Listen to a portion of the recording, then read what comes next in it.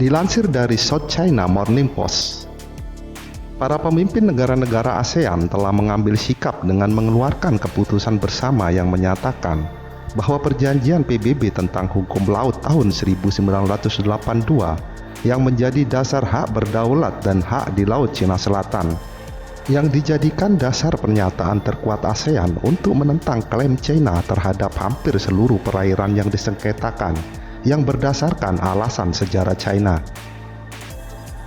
Pernyataan bersama para pemimpin 10 negara ASEAN itu disampaikan langsung oleh Perdana Menteri Vietnam, Nguyen Xuan, melalui video conference pada acara konferensi tingkat tinggi tahunan ASEAN yang ke-36, di mana Vietnam sebagai tuan rumah penyelenggara. Dan dalam konferensi tersebut, masalah Laut Cina Selatan dan pandemi coronavirus menjadi agenda utama pembahasan. Dalam pernyataan kesepakatan bersama ASEAN tersebut mengatakan, kami menegaskan kembali bahwa UNCLOS 1982 adalah dasar untuk menentukan hak maritim, hak kedaulatan, yurisdiksi, dan kepentingan sah atas zona maritim. Para pemimpin ASEAN mengacu pada Konvensi PBB tentang hukum laut UNCLOS, United Nations Convention of the Law of the Sea, yang merupakan sebuah perjanjian internasional 1982 yang mendefinisikan hak-hak negara atas lautan dunia. Hukum ini juga membatasi bentangan perairan yang disebut zona ekonomi eksklusif, di mana negara-negara pantai diberikan hak untuk secara eksklusif memanfaatkan sumber daya alam laut.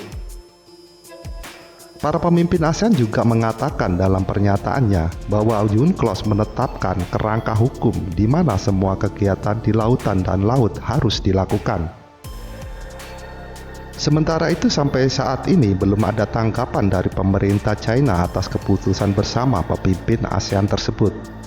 Namun, 3 diplomat Asia Tenggara mengatakan bahwa itu menandai penguatan signifikan dari pernyataan blok regional tentang supremasi hukum di wilayah yang disengketakan, yang sejak lama dianggap sebagai titik api Asia.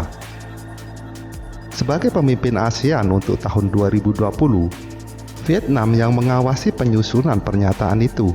Ini bukan dokumen yang dinegosiasikan, tetapi diedarkan di antara negara-negara anggota lainnya untuk dikonsultasikan, karena Vietnam merupakan negara yang paling vokal dalam mengkritik klaim China atas wilayah yang disengketakan. China telah mengambil langkah-langkah yang semakin agresif dalam beberapa tahun terakhir untuk memperkuat klaimnya terhadap perairan strategis, yang secara samar ditandai dengan 9 garis putus-putus yang tumpang tindih dengan perairan pantai dan klaim teritorial negara-negara anggota ASEAN seperti Vietnam, Malaysia, Filipina, dan Brunei.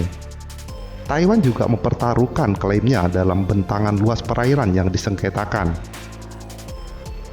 Pada Juli 2016, Pengadilan Arbitrase Internasional membatalkan klaim besar-besaran China atas perairan berdasarkan UNCLOS.